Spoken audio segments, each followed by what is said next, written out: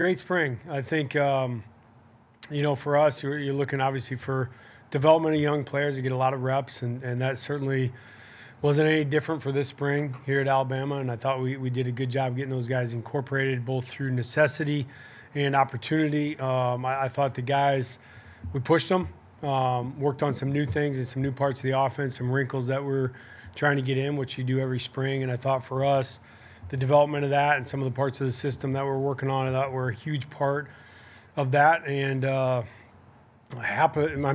thought the guys just right away, just their response and commitment is really what you think about when you come to Alabama. It is just you're in a town and a place where this is all that matters, and you love it. And that was their commitment level, and I felt like that was something we were able to build off of every day, is just how the guys would show up and work and be excited about the next day of practice. So love that part of it. I will open it up from there. Thanks, Coach. Start in front right here today. Yeah, somewhat obligatory question. Tell us about the progress you saw from the quarterbacks and where that battle stands. No questions on the quarterbacks today. I'm messing with you. That would have been disappointing, huh? I was super happy with all three of them. I mean, I think that, from a competitive standpoint, that's the first thing you want to see is do all three guys have the competitive stamina to play the position? Because if you're not ready for that type of scrutiny and that type of just the competition level that you need to have and the mindset that you need to have as a quarterback to play at any level, much less in the SEC here at Alabama, I think that those guys showed that competitive stamina every day. And as far as development, I thought all three of them have, different strengths and weaknesses that we were working on, trying to celebrate the strengths and really work on some of the weaknesses. And obviously you have a wide range there from a first-year player in Keelan to a guy like Ty that's been around the block and kind of middle of the road as far as experience is Austin. So I thought from those parameters, how the guys got together and worked together on building their own game, I thought was really impressive, and for us, I thought that was the starting point, is just how do you get each guy to grow in their each individual spots, and they did a good job with it. Go to front left here, Chase. You guys carried 3 quarterbacks in the spring, scholarship-wise anyway. Traditionally, obviously, college coaches used to like to carry 4, but with the transfer portal making it hard to hang on to a 4th, is 3 quarterbacks kind of the new number to carry? I think that's probably fair. I would never say no, like we're never going to have a 4th scholarship quarterback. I think every year presents potentially differently as far as where you have guys staggered in their classes and things like that. So you never want to say you can't add a 4th guy, especially if it's a unique situation. But for us, I think, the timing and where those guys are at developmentally, you're in a pretty good spot. Being on the left side of the back row to Katie. You talked about some young guys getting reps out of necessity and opportunity. Just what did you learn about the offensive line this spring with some of the injuries you've had, some young guys getting more reps? Yeah. We had more versatility than I initially anticipated. And what I mean by that is Olas was a guy that got out there and played left tackle almost every day, but certainly had opportunity at left guard. And I think Olas could play left tackle. I think he could play right tackle. I think he could play left guard. So you see a guy like that is cleanly able to function from the outside to the inside, and you're really happy about the versatility you can get there. So he's one guy that stood out. I thought Cam and Gino were guys that really stood out as far as they could play left guard and right guard, and then Gino could play left, right, or center. So that part, you just look at those 3 players right there. From the interior standpoint, man, you feel really excited about where you're at and where you're going. So those are guys that showed up every single day. Jump back over to the right side. Yep. What stood out about Rico Scott when you first got here, and what sort of progress have you seen him make this spring? Good question. Rico, I think the first thing that stood out to me was a very serious kid about his game, and very intelligent. And a guy like that has the ability to play on the outside and then still function in the slot and have a role. You want more guys like that, honestly, that can line up in all 3 spots. And we've always had a few guys like that everywhere I've been that are able to, you can get into different spots. It's one of the things I've always thought that we did a good job with our offense as far as moving people around, so people can't just get, hey, this is where Ryan Williams is every single play. is where Rico's at. And so for Rico to be able to create that versatility and position flex, I thought was really big for him. We got 2 questions on the front row on the left. Let's go to Tony first, and then we'll go to Colin right after that. Tony, go ahead. How do you have 6 running backs? How do you kind of foresee how spreading the ball out at that position? And is there an ideal number maybe that you kind of like at that, like in terms of carries? Well, I think last year's squad would probably tell you 6 ain't enough. It's running back's a tough position, and that's a physical position to have to play every day. So I think the development of that spot, even when you feel really good about maybe your top 3 to 4 guys, you still know like there's a opportunity for the 5th guy. And so I think developing the guys behind those top 3 or 4 is critical. I feel really happy to where we're at. I think obviously, Jam is the elder statesman in the room and certainly has the most experience. And I thought it was really good for me to see Jam the last couple of scrimmages when we were live. It was the first time I'd seen him out there breaking tackles and, just kind of showcasing some of the things that he can do. He's an extremely bright player, understands pass protection very well. And then obviously Rich is a guy that's played some ball here as well. And different skill set, a little more of just the straight line physical runner. But I was surprised, honestly, when Coach G talked to me about Rich, how much, kind of pass protection was an issue as far as last year for him, just understanding schematically what was going on. I think Rich put in a lot of time and really improved himself as a pass protector because it surprised me, honestly, that, when he said that, it kind of caught me off guard. I was like, wow, I feel like Rich has done a good job of being dialed. And then Daniel Hill, I thought, was one of the guys that maybe stood out as much as anybody this spring. I thought he really did a nice job. Physical runner, very nimble for how big he is, can stick his foot in the ground and get vertical. Excellent pass catcher out of the backfield, showed a lot of toughness throughout spring. And I thought he really showed up quite a bit and improved as much as anybody out there. Okay, let's go to Colin, staying on that front left. Hey, Ryan, you mentioned the offensive line previously, but wondering what development you've seen out of the Arkell Anungwam, the Ball State transfer, kind of the progress that he's made over the course of this.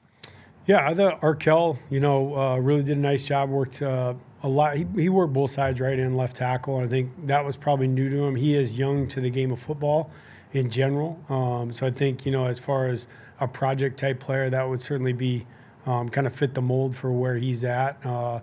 His commitment level is off the charts. He stays after every practice and, tries to work drills. And just really, I think for him right now as a developmental player, he is just trying to get his skill set where it needs to be so that he can compete consistently. Jump over to the right side, 3rd row, go to Matt. What do you think of how Jay Lindsey over here? There you are. Yep. What do you think of how Jay Lindsey stepped up, sort of in the absence of other scholarship tight ends? When you say others, you mean all. Yeah, he did a good job. It was great. Jay, you always look for those type of opportunities where somebody has to make an impact in a tough stage. And, for Jay to have to step in that role and really take over after the rest of the guys, had went down, he got better. I mean, it was kind of necessity is the mother of invention, right? And for Jay, it certainly was it. And I thought he answered the bell well. I thought for him, pass catching and things like that, being able to separate and find opportunity at the second level was something that he needed to work on. And I thought he did a good job of that, and then just being, I think that Jay can be a run blocker kind of guy, like your true anchored Y that gets a couple throws here and there, but is kind of that tough guy mentality. And I thought he showed up. Go to Alex on the right.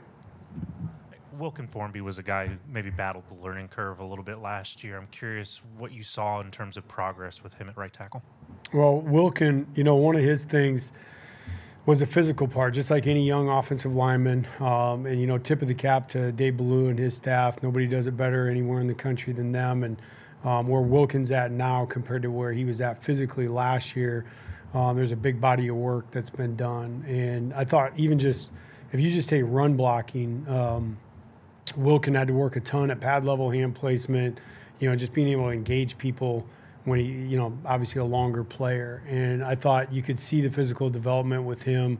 He just looked like a different player out there very early on, because my early impression, of Wilkin was just the film that I had seen from last year. And, guys like that, you come into a situation like this and you hope that they've made some big strides. And I certainly think Wilkin had done that and was really happy with where he ended up this spring. He's got a long ways to go. Still got a ton of work to do. He knows that. And he's ready to get to work. We'll jump right across the aisle, finish up with EG. Hey, Coach, what did you find yourself spending the most time on in regards to installing your offense this spring while also integrating it with what Coach Sheridan and Coach DeBoer had already built previously? Quarterbacks, mainly quarterbacks. And I think I mean that in a good sense, in that, the investment with those three guys, what you wanted to see was who are the guys that were going to be able to take in a game plan and function correctly. And so for us, schematically, some of the things that we did and some of the things that were going to be required of the quarterback this year was a lot. And some of the nuances that go with that take a lot of work. And luckily for us, we got a great situation, honestly. Like Nick and I have always worked well together, and being in the room together and being able to coach those guys, and then having the freedom when we feel good about the message that's being sent, that it's everybody's hearing and getting the same feedback is encouraging. And that's a part I felt like, we really pushed that room a lot this spring. And, I know everybody wants to know about that position and where things are at. And I would say this, at the end of the day, if we're playing a football game tomorrow, Ty Simpson would start, and he earned that. Okay, and I know that's the line everybody's looking for, but that is what he earned. Austin Mack made huge strides. Also, available reps were the same, and he did a really good job. He came out and developed, just was some of the nuances and take care of the football and things like that. Thought Ty showed out a little bit better. And then, honestly, Keelan exceeded my expectations. I think for a young man his age, he never gave into that opportunity. We challenged him with that. Don't give into, I'm a freshman and this and that. And he didn't. He reminds me, I say this all the time to him, and I mean it as the biggest compliment.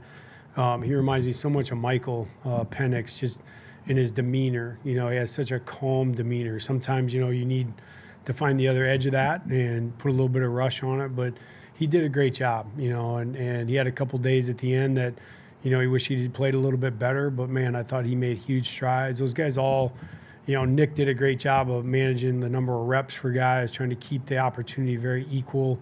And by no means does that mean that we're playing a game tomorrow, and I think there's still a lot of work to be done. I think the message really is that, we got to be even better.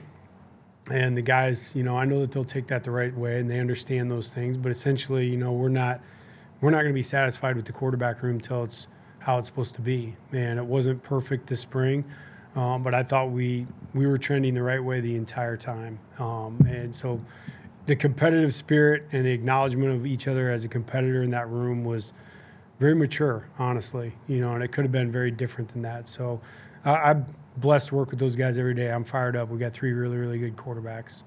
Thank you, Coach. Appreciate it. You bet. You guys were all looking for that one, I know. I had to hold it at the end. Thank you.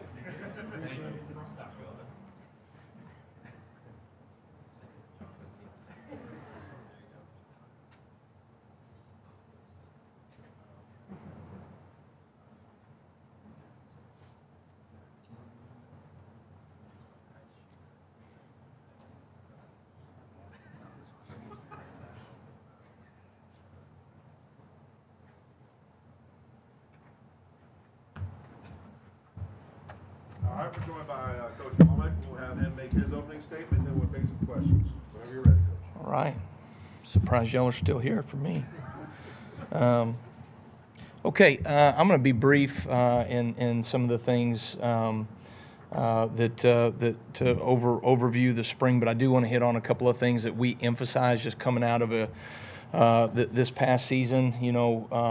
One of the great advantages, right, is continuity, both coaches, players, and being able to take upon your experiences from a year ago and apply that to how you're going to build your your roster and your defense going into our second season here. So the first thing that we wanted to make sure we did is we wanted to continue to build depth that we can trust when it matters most. You know, you think about certain games that we had this past season, particularly on the back end, right? We did not have a lot of depth, and it showed up. You know, you're playing Tennessee, you're playing really well.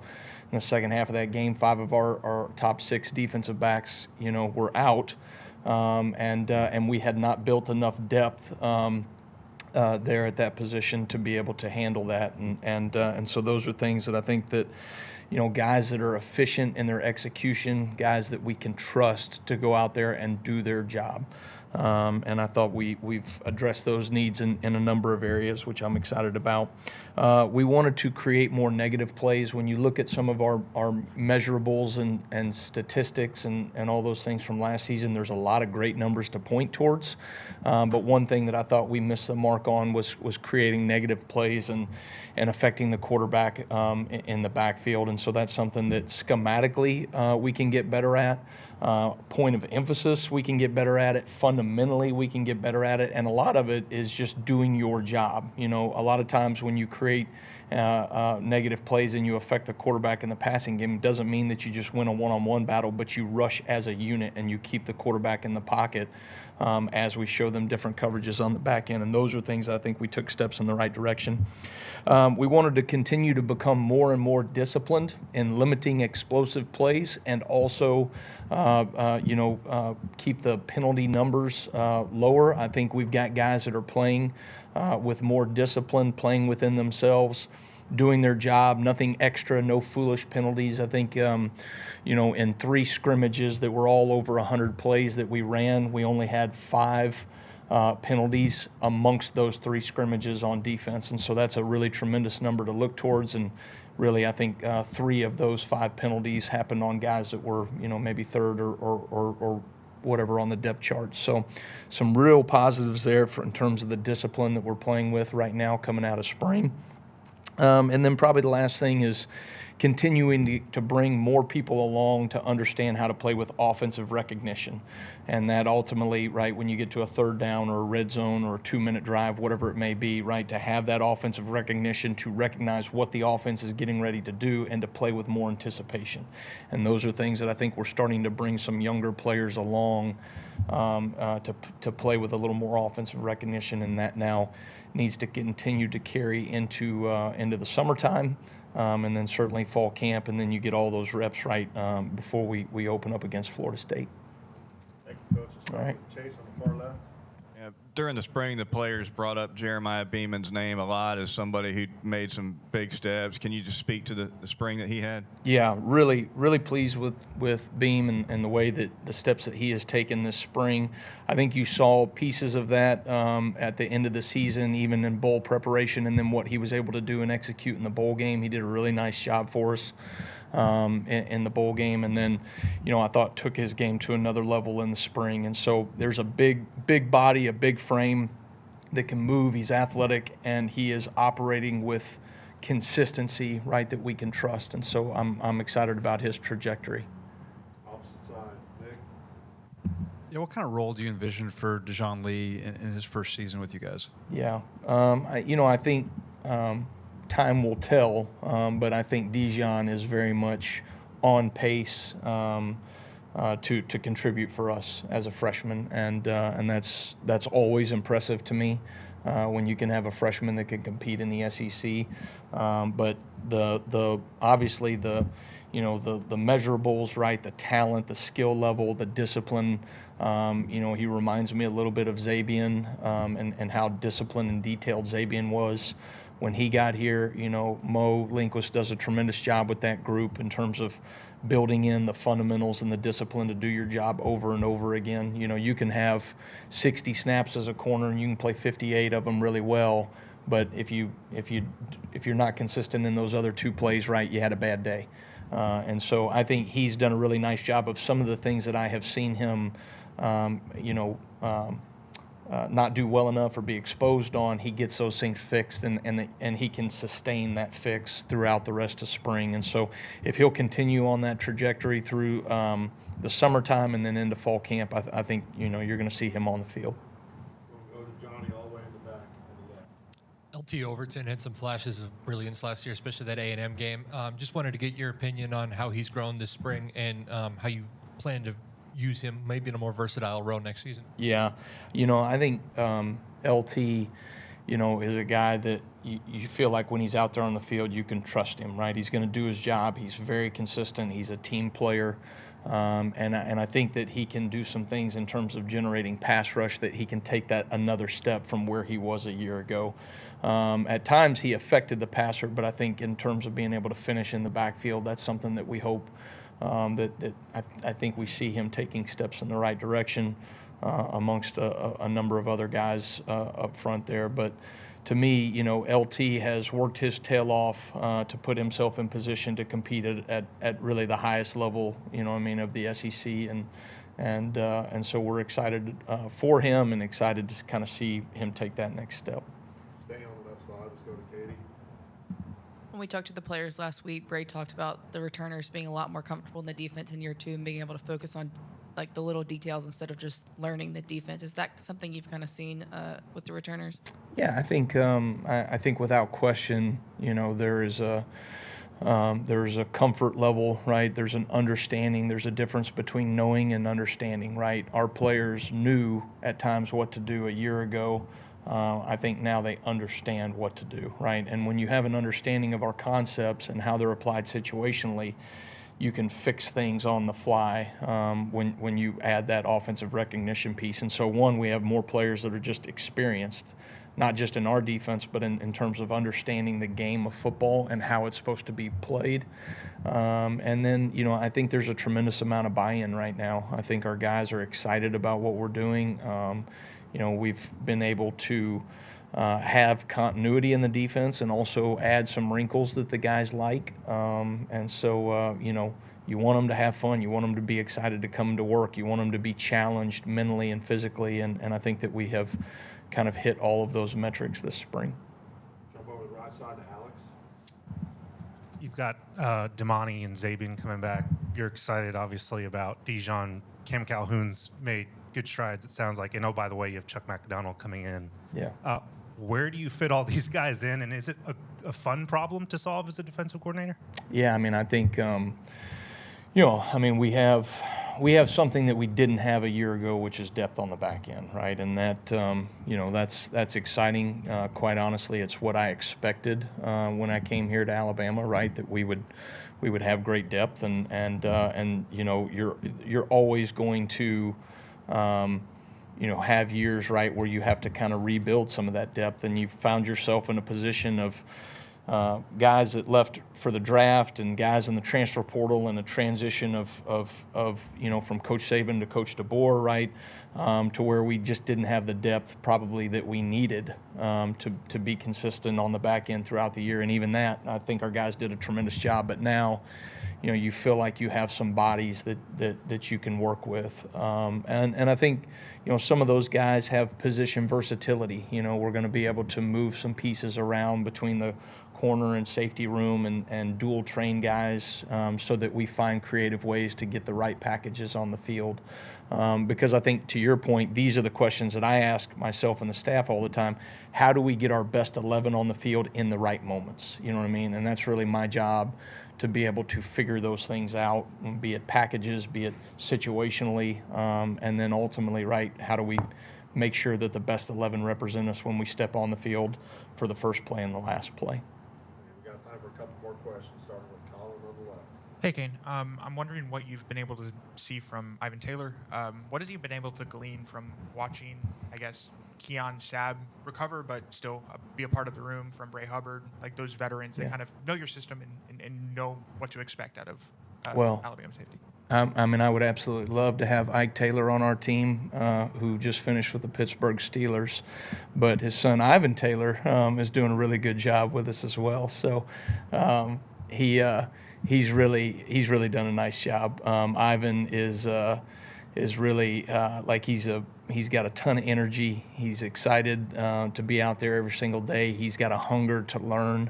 And I think, you know, he's probably one of the best open field tacklers I've seen as a freshman.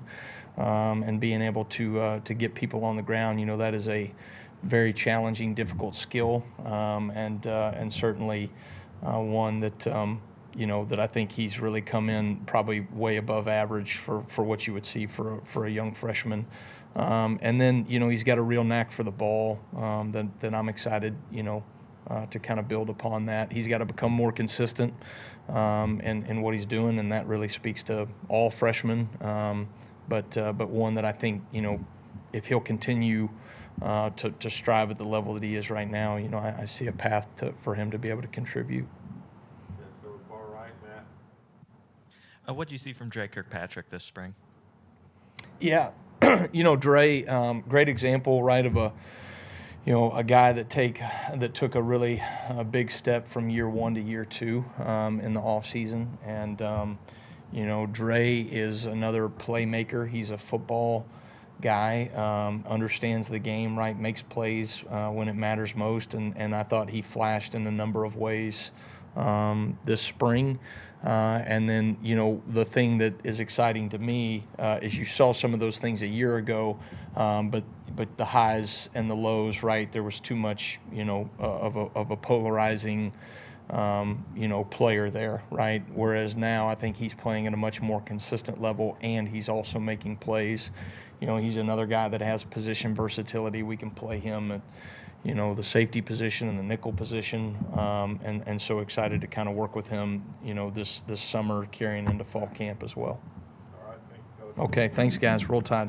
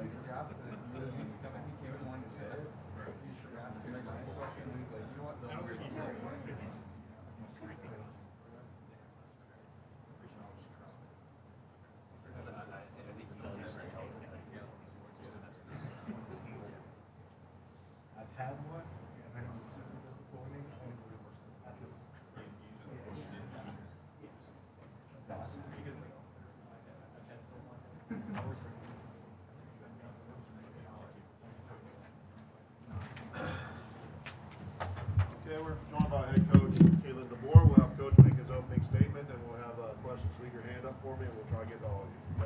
Coach? You bet. Good morning, and just a few opening comments, and just I want to thank everyone who came out on Saturday. Appreciate our guys and their efforts, and get a chance to see them on the field, but also get a chance to interact afterwards, and it was great to spend some time with the fans myself too, and appreciate y'all coming out. It's a beautiful day, a lot of activities around campus, and so hopefully you took in a few of those as well. But it was back to work today, and that's our team's mindset right now. Is at a short team meeting, but back in the weight room, and we're 100 days away roughly from training camp, and we talk about taking advantage of every opportunity, and these guys back to work today. The next 2 weeks, lots of workouts, some individual one-on-one meetings that we would do anytime at the end of the season, at the end of the spring. So we're doing a lot of that. Guys taking care of their schoolwork, and then finals after that, and they'll have a short break. But I think the momentum that we carry here into May is critical. The next 3 months or so, 100 days, is really going to set up the 6 months to follow. And, the question that we've been challenging our guys with going back to January when we saw the want to and we saw the desire is can you sustain that level of intensity? And, refer to it as competitive stamina often, and that might be in the midst of a practice. It might be throughout the course of a week or a certain, scrimmage. It might just even be for one play, but for us, that competitive stamina and related to what I'm talking about is can we carry it through each phase of the off season, and then that leading to us just having this way about us, how we do things, an edge to us that carries us through the entire fall. So I'm excited about the strides we made. I think there's some depth that's being created in our team. Referred to it kind of maybe as a blessing in disguise that we had so many guys that were out still kind of going back to last season. I think it really, allowed us, forced us, in some ways to get a lot of guys more reps than they maybe would have had. And that's going to help us be a deeper and better team down the road. I'll open up for questions. Thanks, Coach. We'll start with Charlie Potter on the right. Yeah, hey, Coach. Just with the portal opening on Wednesday, just what are maybe some positions you guys are looking to target? Yeah, I think you're just always looking to find the right person that fits who you are as a program, someone who can make your team better, our roster better. So, we have just a couple scholarships really available to us. So we'll be careful, and they got to meet all those areas that we feel good about, the culture of our team, the chemistry from within, the work that's being put in. So, I like the combination of attrition and addition that we've had, whether it's high school guys coming in, 18 of our 21 guys were here, that we signed in December. And so, they aren't going to feel like freshmen this summer, and then also a few of the transfers have come in and really done a nice job blending in as well and defining their roles more and more every single day, asking more out of them from a leadership standpoint. So we'll be super careful on what we do with the portal. There are some areas where we do know if we have the right person pop up, we would take advantage of that. Staying on the right side, we'll go to Nick. Yeah, Ryan just told us that if you guys played tomorrow, that Ty would be the guy at quarterback. What did he do this spring that made him, Ryan want to say something like that? And for you, where do you see that position right now? Mm-hmm.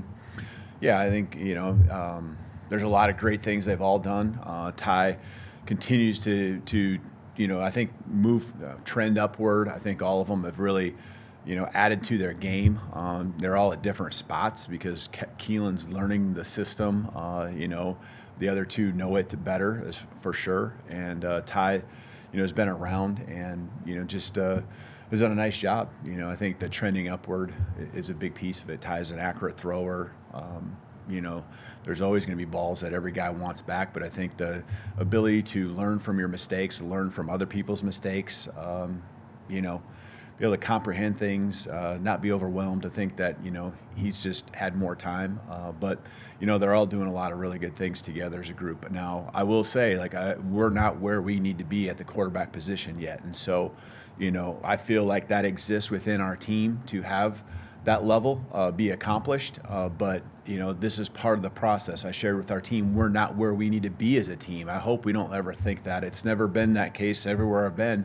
Any year I've been a part of to where you finish spring ball in April and you're like, okay, we're good to go.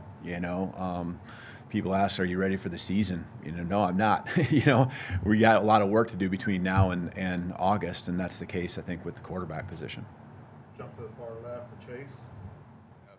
Can you speak to the spring that Wilkin Formby had and also a couple of the backup offensive tackles? Yeah, Wilkin, he's really come along a long ways. And we just met this morning, a group of us with him. And I think the thing that, you lose sight of sometimes is if you flipped on the film a year ago, what would it look like? We're in it every single day with him, and he's just focused on the now. But you peel back a little bit, and it's. I think sometimes you forget how far a guy has come, and that's the case with him. And it's a physical piece. It's a discipline piece for every guy, but I think as an offensive lineman, especially a tackle, there's so many little details now that he's picking up on that he wouldn't have picked up on even late in the season last year. And so it's more reps. It's just another cycle through, just like for all these guys of relearning the system, hearing the details again over and over, adding to your game. But he's gotten stronger.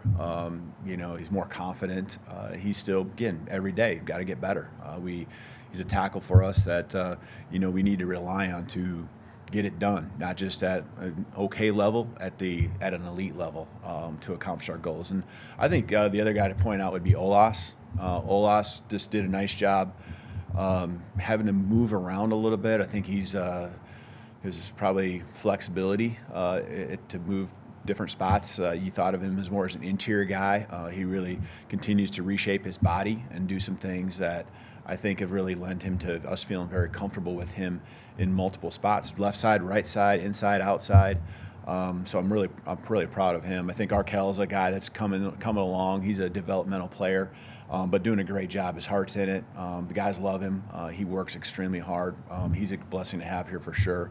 The young guys, I think, getting thrown in the fire. Jackson Lloyd, Michael Carroll, they are going to be phenomenal football players, at tackle. They have different strengths. They come from, opposite ends of the country, obviously, but their exposure to different things. But they actually, were really impressive, I think, in how far they've come. I'm excited about their future for sure. Feels like a little bit of a luxury in today's game to have three quarterbacks who you can all sort of envision being a potential starter. I'm curious, though, with the threat of the portal, how confident are you that you can keep that group together, and what would that mean? Yeah, I really hope that we can. When related to the portal in general, you never know, right? That possibility always exists, but I do feel good about our team and our roster as far as the general chemistry. Guys feeling like they're continuing to be developed, that they continue to have a chance to compete and have an opportunity here. I feel like that's the case at the quarterback position too. And Austin's growth, again, going back to where he was at, not even just a year ago, but just the middle of the season, seeing him continue to go this way. And, 3 isn't very many, but it's probably the number we're going to have to be at quarterback. That's, what we're expecting here going into the fall. So had 4 last year. I think that's kind of a unique situation. I've had 3 many times in the last few years. And you're always on edge. And the rest of the team has heard stay away from the quarterback more than they've ever heard it in their entire life this spring for sure. So, a lot of questionable sacks that I didn't call the defensive line. Felt like they got wronged on and cheated on by me because I own the quarterback whistle, and they got to stay away, but yet they got to get close enough to get a sack and blow the play dead. But we stayed away from the quarterback, make sure those guys are all healthy and upright. Go to Tony on the front left.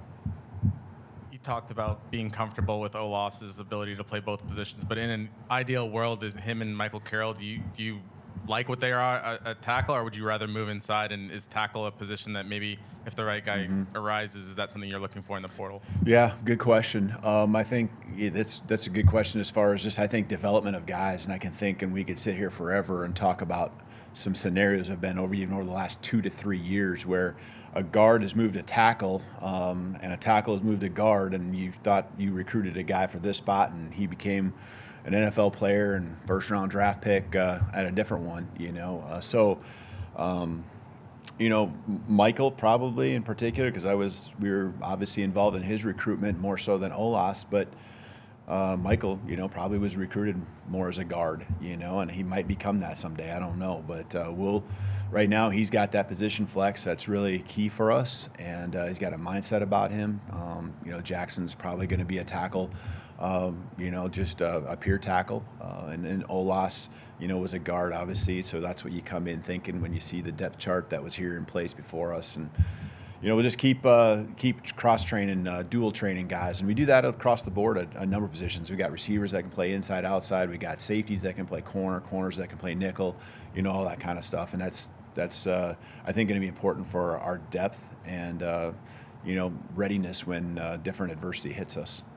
Staying on that left side on the 3rd row, let's go to Katie. Ryan Grubb just told us that Daniel Hill stood out as much as anyone this spring. Just kind of what did you see from him in that running back room? Yeah, I was really excited to see Daniel.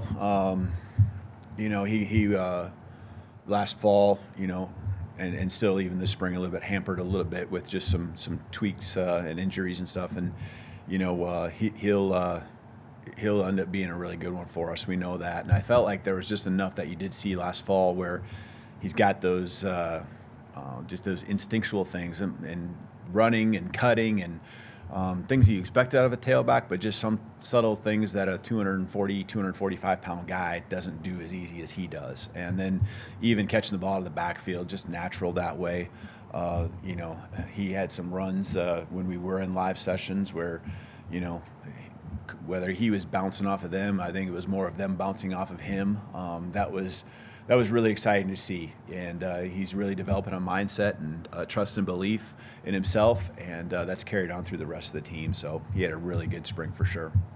Colin from left. Hey, Kalen. You mentioned Keelan kind of continuing to learn this offense, and what's kind of like that next step this summer that you want to see him take to kind of, ahead of?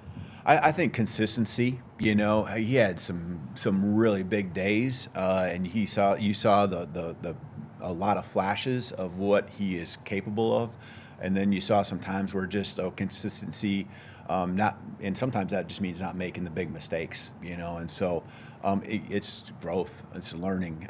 He's in it, his head's in it. He's the same guy every single day. That's what you love about him, and so just consistency, and he's going to be a guy that you can attack a defense, and I think all our quarterbacks have that ability with their arm to get after the opponent, and so just consistent I think is the biggest thing for him, because consistency as a person, that is strong. Consistency is just the playmaking ability and the lack of mistakes. And he's learning a lot of verbiage that's brand new for him. So even just spitting that out consistently is something he's grown a lot at. I sit and try to listen in the huddle and exactly not just what he's saying, but how they're saying it. And that's all the quarterbacks, and they've really grown a long ways in their ability to kind of demand the huddle when they're in it. Emily Grace in the middle left there. Coach, now that you're, now that you're through spring and we're kind of touching on the transfer portal again, but what is you and your staff's approach as you navigate where college football is at over the course of the next month or so? Yeah, I think for us as coaches, it's still the foundation is still the same, right? Coach these guys, just continue to add to their value, add to what they can do, make them feel like they got a strong role in our team, that their development and growth continues to happen, and that we see that and that we want to be a part of that. I think just when they feel that and they get the feedback, and we can be strong with our guys. I mean, they know that we care about them, and they know that, we need them to help us accomplish our goals as a team. And, they have their personal goals too, and we want to help them accomplish it. So again, you never know this time of year. We felt last year we really didn't lose anyone at this time that we felt we're going to have going into the fall, and so definitely, I don't want to say keep our fingers crossed, but that's the case here with the portal. So I'm proud of our guys. I think the guys that you want around you, whether it's coaches or players, they have a good head on their shoulders. They can have perspective on what they really truly have here at Alabama, and it's special, whether it's the resources that they have and the people that they have around them in the training room, in the weight room. The coaching staff, I think, is elite as well. And so these guys are getting, getting an experience that they should not take for granted. We can talk about the stories of guys who have come in and said how great it is here, or guys that have left and, maybe even wishing they could come back. And so, be careful what you ask for. The grass is definitely not greener on the other side. So I love our guys. I think we got a great group.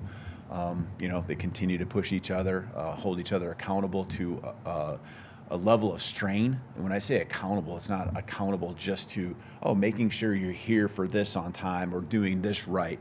It's a level of strain. It's a level of edge. And I think they're really doing a much better job of that this year, now that they're more comfortable with who we are and what we want to be. Go to Mike, second row on the right. How would you assess the competition at wide receiver beyond kind of the obvious guys at the top? Yeah, it's there are. I mean, you got some experienced guys coming back. You had Isaiah in. I thought Rico Scott had a really nice spring. We expected that. That's actually one internally we expected. We could see that happening throughout the fall. Roll grew in December. But you can go on and on. I really like our freshmen that came in as well with Derek and Latsier. Really think we nailed it with incoming freshmen that way. They're freshmen. That's what we got to remember. And so there's some growth that they got to experience, much like we're talking about quarterback and these tackles and so forth. And then you can go into the Mbakwe's and guys that made that transition, and Jalen Hale coming back, and go on down the line. They all are just out there competing, and I like the mindset that's developing. And I say developing because it's something I think we're capable of, but we are far from there yet. And it's to be, the best receiving corps in the country, and that's not just one or two guys or three. That's the whole unit. And whoever goes out there, we're developing more confidence that they can get the job done. I like the versatility that a lot of these guys have, inside, outside. We can move guys around, much like we've been accustomed to over many years, to where you don't know where so-and-so is going to line up. And that might not just be the receivers. That might be the tight ends, the running backs. They can line up in empty.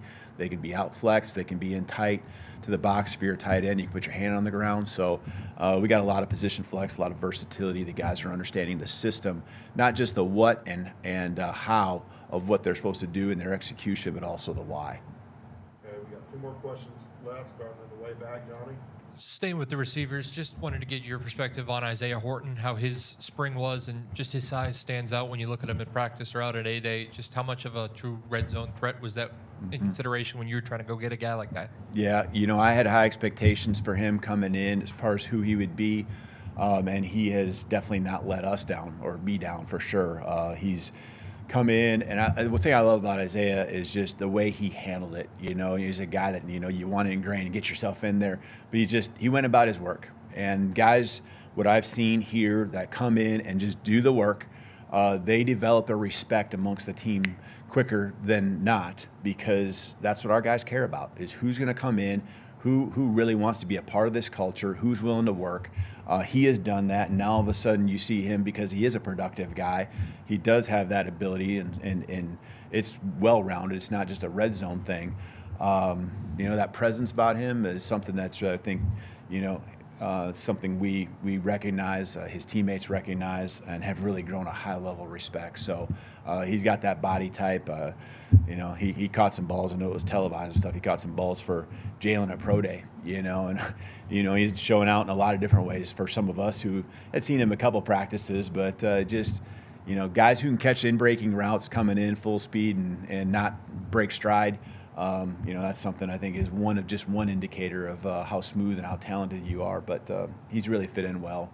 He's got a great personality, a great teammate. All right, we'll finish up with Jimmy right here in the middle.